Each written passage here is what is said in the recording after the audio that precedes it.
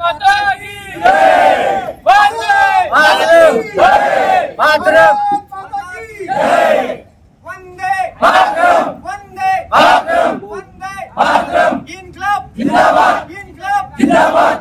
भारत माता की जय, भारत माता की जय, भारत माता की जय, वंदे मातरम, वंदे मातरम, हम सब जिंदाबाद, इनकलाब जिंदाबाद, हम सब एक है, हम सब एक है। स्वतंत्र सैनिक माझाचा जय हो, स्वतंत्र सैनिक संघटना माझाचा जय हो।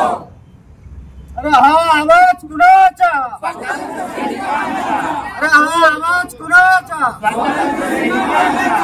28 ऑगस्ट 2024 चा निर्णय रद्द झालाच पाहिजे, होत कसं नाही, होत कसं नाही। भारत माता की जय, भारत माता की जय, वंदे मातरम, वंदे मातरम, वंदे मातरम, वंदे मातरम। इथे जाणारच नाही आम्ही। इथे आमचे सगळे स्वातंत्र्य सैनिक इथेच असतील, इथेच बसतील, एकही जण तिथे जाणार नाही। म्हणजे तुम्ही मुख्यमंत्री साहेबांना इकडे येण्यासाठी तुमचे मन आहे का? यायलाच पाहिजे त्यांनी, कारण की स्वातंत्र्य लढ्यामध्ये आमचे पूर्वज सहभागी झाल्यामुळे तर ते मुख्यमंत्री झालेत ना। जर स्वातंत्र्य देशाला मिळालं नसतं तर मुख्यमंत्री कुठून आला असला? जे देशासाठी लढले त्यांच्यासाठी जर त्यांना यायला वेळ नसेल तर मग याच्यासारखं दुर्भाग्य नाही या महाराष्ट्राचं। याच्यापेक्षा जास्त दुर्भाग्य काय असू शकतं की स्वातंत्र्य सैनिकांचे पाल्य जे उपोषणला बसले, जे नोकऱ्यावरून कमी झाले, बरं 5,000 मागे 50,000 लोक आज उपाशी मरतील याचा विचार कोणी करायचा? त्या 5,000 मागे त्यांचे कुटुंब असतील ना, एकेकाच्या मागे निदान 2 जण 4 जण 10 जण तर एका घरात असतील ना, त्यांच्या कुटुंबाचा विचार कोणी करायचा? आज रोजगार नाही, सगळे रोजगार तर बंदच केलेले आहेत। आहे त्यांना काढण्याचा अधिकार काय, पण कशावरून काढलं? या फालतूक योजना राबवण्यापेक्षा ज्या योजना चांगल्या आहेत त्यांच्याकडे लक्ष देऊन त्यांचंच नीट पालन पोषण करा ना। थेट नियुक्तीच्या बाबतीत आता मागच्याच महिन्यात जवळपास 90 लोकांची मग सर्वोच्च न्यायालयाचं मार्गदर्शन तत्व त्यांना लागू होत नाही का? अनुकंपावर धर्तीवर सुद्धा थेट नियुक्ती होती, त्यांनाही सुद्धा सर्वोच्च न्यायालयाचं मार्गदर्शन लागू होत नाही का? आणि सर्वोच्च न्यायालयाचे मार्गदर्शन तत्व खरं म्हणलं तर आमच्यासाठी ते नाहीच। सर्वोच्च न्यायालयाचे मार्गदर्शन तत्व स्वातंत्र्य सैनिकाच्या साठी नाहीच, ते स्वातंत्र्य सैनिक वेगळी कम्युनिटीसाठी। त्याच्यामुळं खरं म्हटलं तर कुठतरी काहीतरी काही अधिकारीचा पूर्वद्वेष, कुठतरी काहीतरी एक भावना म्हणा किंवा प्रेरित झाल्या म्हणा, त्याच्यातून ते माननीय मुख्यमंत्री महोदयाची त्या जिआरवर सही घेतली असावी असं आम्हाला वाटतं। पत्रक काढण्याचा स्वतः मुख्यमंत्र्यांचा अधिकार आहे, कारण तो सार्वभौम त्या राज्याचा मुख्य असतो। आणि आमची एक विनंती की त्याच्यामध्ये त्यांनी शुद्धीपत्रक काढावं। जर शुद्धीपत्रक काढलं तर हा जिआर ऑटोमॅटिक करत नव्हतो। मागण्या वगैरे आम्हाला सर्व काही कळालेल्या आहेत, परंतु आता जे तर सर विधानसभा निवडणूक जवळ येत आहे, आता विधानसभा निवडणुकीवर आपलं स्वातंत्र्य सैनिकांची काय भूमिका असेल? स्वातंत्र्य सैनिकांची हीच भूमिका असेल, हे जर असे कामं करीत असतील तर कोणतंही शासन असतं तर त्याच्या विरोधात ते जाणारच कोणत्याही परिस्थितीत। आणि म्हणून यांनी जसं ताईनं सांगितलं, फालतू योजना आणल्यापेक्षा हे मतदानात समोर ठेवून योजना आणणं हे काही बरोबर नाही। जे आहे जे होतं ते सांभाळून ठेवणं एवढं तरी काम पाहिजे। आता आमच्या साळुंकेने सांगितलं की मुख्यमंत्रीने असं म्हटले, असं म्हटले, आपण आताच मुख्यमंत्री सही करतो, म्हणजे याचा अर्थ काय? मुख्यमंत्र्याला तर समजलंच नसेल। म्हणून समजदार मुख्यमंत्री त्या ठिकाणी पाहिजे, वाचून त्यांनी जे शब्द दिले ते अनुभवून त्यांनी निर्णय घेतले पाहिजे। म्हणून उभं काहीतरी करायचं, गप्पा मारायच्या यांच्या समोर की हे पहा आम्ही मुख्यमंत्री तुमच्यामुळे आहोत म्हणून तुम्हाला आम्ही संपवल्याशिवाय राहणार नाही, हे काही बरोबर नाहीये.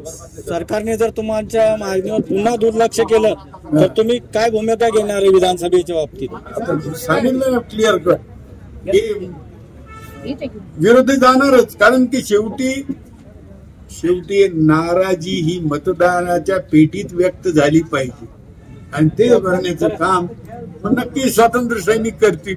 स्वातंत्र्य सैनिक काही कोणाच्या बापाचे बांधलेले नाही, कोणत्याही सरकारच्या बांधलेले नाहीत. त्यांनी देश स्वतंत्र व्हावा याच्यासाठी लढे दिलेले आहेत आणि म्हणून त्याच्यावर दोन्ही पण नाही. सर तुमचं नाव सांगा सर. तुमचं नाव सांगा सर. माझं तुम्हाला नाही आम्हाला द्वारका भाऊ यशवंतराव पाथरीकर. मी माजी जिल्हा परिषदचा 40 वर्षापूर्वी औरंगाबाद जालना एकत्र असताना अध्यक्ष होतो. महोत्सव चालू असताना, अमृत काल चालू असताना आपण सर्वांनी साजरा केला. ते साजरा करत असताना आम्हालाही आनंद आहे. परंतु जर स्वातंत्र्याचा अमृत काल चालू असताना आमच्या स्वातंत्र्य सैनिक परिवाराच्या ताटामधलं असलेलं फक्त आम्ही सरकारला विनंती करतो की आमच्या ताटामधलं असलेलं हिसकावून घेऊ नका, आम्हाला काही देऊ नका, पण आमच्या ताटामधलं आम्हाला हिसकावून घेऊ नका. शासनानं आतापर्यंत सगळ्याच शासनानं आमच्या विरोधात जी.आर. काढले. 4 मार्च 1991चा जी.आर. होता की स्वातंत्र्य सैनिकाच्या नामनिर्देशित फक्त एका पाल्याला, इतर राज्यांमध्ये सर्व पाल्यांना मुलगा मुलगी नात नातू यांना सवलत आहे, परंतु आपल्या इथं फक्त एका पाल्याला सवलत होती. ती पण आता 28 ऑगस्ट 2024च्या शासन निर्णयाने रद्द केली. असे 5-6 निर्णय शासनानं आमच्या विरोधात काढले. आम्हाला देऊ नका, आम्ही शासनाला मागणी करत नाही कोणती, फक्त आहे ते आमच्या ताटातलं हिसकावून घेऊ नका. 28 ऑगस्ट 2024ला असा शासन निर्णय काढला की स्वातंत्र्य म्हणजे 4 मार्च 1991चा शासन निर्णय कालबाह्य झाला, म्हणून यांना नोकरून काढून टाकण्यात येत आहे. 4 मार्च 1991चा निर्णय कालबाह्य झाला म्हणून यांना नोकरून काढण्यात येत आहे असं शासनानं परिपत्रकामध्ये मी शासनामार्फत आणि प्रशासनाला पण एक ठणकावून सांगत आहे की जर शासन आणि प्रशासनातल्या अधिकाऱ्यांनो जर शासन निर्णय कालबाह्य झाला असं तुम्ही म्हणता, ऑन रेकॉर्ड म्हणता, या स्वातंत्र्य सैनिकांनी ह्या मायबापानं जे आता 90-100 पार केली त्यांनी त्या काळात स्वातंत्र्यासाठी बलिदान देऊन आत्मत्याग करून जेल भोगून जे स्वातंत्र्य मिळवलं मग ते कालबाह्य झालं असं समजून तुम्ही गुलामी स्वीकारणार का? माझा हा सवाल आहे शासनाला की तुम्ही गुलामी स्वीकारणार का?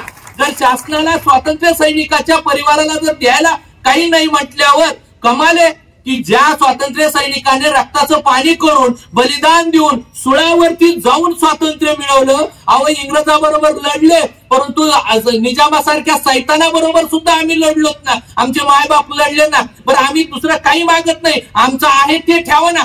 तुम्ही 28 फेब्रुवारी 2014 असा चुकीचा शासन निर्णय काढला की हायकोर्टामध्ये ज्या व्यक्तीचं नामनिर्देशन पत्रच नाही त्याचा उल्लेख शासन निर्णयामध्ये केला आणि सांगितलं की जर स्वातंत्र्य सैनिक मेले तर निधन झालं तर त्यांच्या परिवाराला काही मिळणार नाही. आणि ज्या व्यक्ती कोर्टात गेला त्याचं नामनिर्देशन पत्र आहे का? वड्याचं तेल वांग्याला तुम्ही घालू नका, जे आहे ते ठेवा.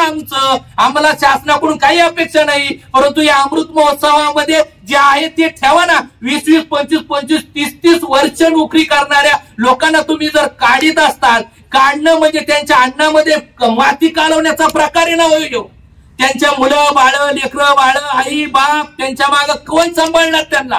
तुम्ही अनेक योजना जरूर राबवा, आम्हाला त्याच्याबद्दल काही नाही. आमच्या स्वातंत्र्य सैनिकाच्या परिवाराला तुम्ही काही देऊ नका, परंतु आहे त्या योजना आमच्या कार्यान्वित ठेवा. आणि त्याचबरोबर त्यांनी 25 सप्टेंबर 2020ला एक साधं पत्र एक कक्ष अधिकारी काढतो की जर नामनिर्देशन पत्र जर झाले करू नका, नामनिर्देशन पत्र करायचं नाही. वयाचं होतं तर ते वयाच्या संदर्भात बी जी.आर. बदलून टाकला, पसंतीक्रम होता त्याच्या विरोधात बी जी.आर. काढले. असे 5-6 शासन निर्णय यांनी काढलेला आहे. आमची परिस्थितीमध्ये आय खाऊ द्यायना आणि बाप भीक मागू द्यायना अशी झालेली आहे. तुमचं नाव सांगा. मी शिंदे आप्पासाहेब बाबूराव, मी स्वातंत्र्य सैनिकाचा मुलगा आहे आणि या ठिकाणी आमच्या ज्या भगिनी आहेत ज्या उपोषणाला बसलेल्या आहेत त्यांचं मी पेपरमध्ये बातमी ऐकली आणि त्या पेपरमध्ये बातमी ऐकल्यामुळं मी या ठिकाणी त्यांना पाठिंबा देण्यासाठी आलेलो आहे. धन्यवाद.